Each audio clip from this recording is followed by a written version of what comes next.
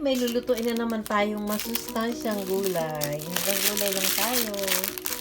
Kahit gulay, medyo nagmamahal. Ito medyo mura siya.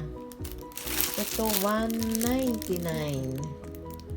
$1.99. Parang 2 piso. Ito na lang, parang 3 piso. Ito ang mahal. 2.50 isa. Ayan. Pero nakamura ko dito. Malingki po ako. At ang ganda ko. Dilaw na dilaw. Saka ito. Pwedeng pang salad.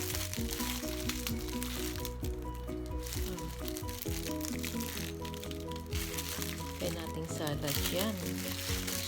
At pipino. Pwede nating i-sweet and sour to. Gagawin ko siyang atsara. Yan.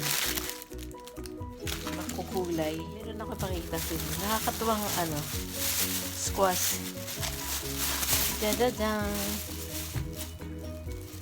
Hindi siya bilog. Kalabasa. Ayan. Puro gulay ang kakain natin ngayong December. At isang mansanas.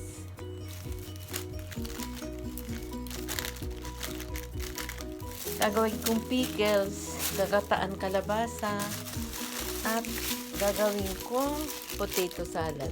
Ayan, namalingki na naman ang tita nyo. Naghanap ng mura. Pero okay na siya, mga sariwa naman siya. Hindi lang yan. Bumili din ako ng sagay. Masarap to. With siya. With olive oil at saka medyo maanghang. Gawa to sa takinoe. Para siyang kinuko. Sagay daw. At then, saka bumili ko ng ready to eat ng Swiss salad. Iba-iba siyang salad. Siyempre, hindi mawawala yung panggisang baboy. At ang pinaka-main kong lulutuin mamaya is hamburger. Ayan. 200 isa. 1, 2, 3, 4, 5, 6. Malalaki siya kaya lilitan ko lang. Ulitin ko yung package niya. Kasi pag kumain ng hamburger, style ng Japan, style sa bahay namin. Pag isa lang, busog ka na agad. Kaya, marami, mga 3 putahe. Kaya, mga ganito siya. Hamburger, plus may salad pa siya.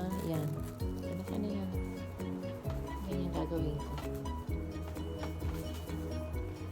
Yung 6, pwede natin gawing 12 na piraso.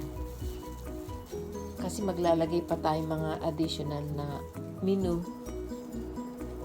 Pag may bisita, yan.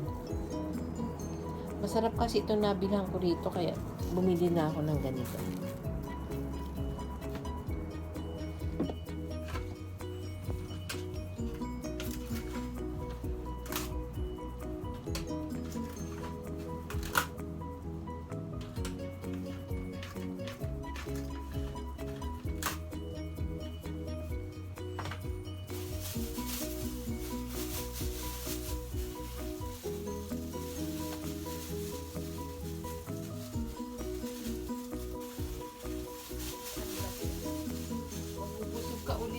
Ganito isang piraso. Kaya hatiin natin. Ayan. Pagilagyan ko pa yan ng pansit. Marami na. Ito, nakailang piraso na ako. Ayan, yung 6 na piraso. Ginawa ko, hinati ko siya kasi malalaki. Pag nag-invite ka ng marami, pwede tag-iisa. Kasi hindi lang yan ang putahe. Marami pa. Ayan, kaya ilalagay ko sa rep.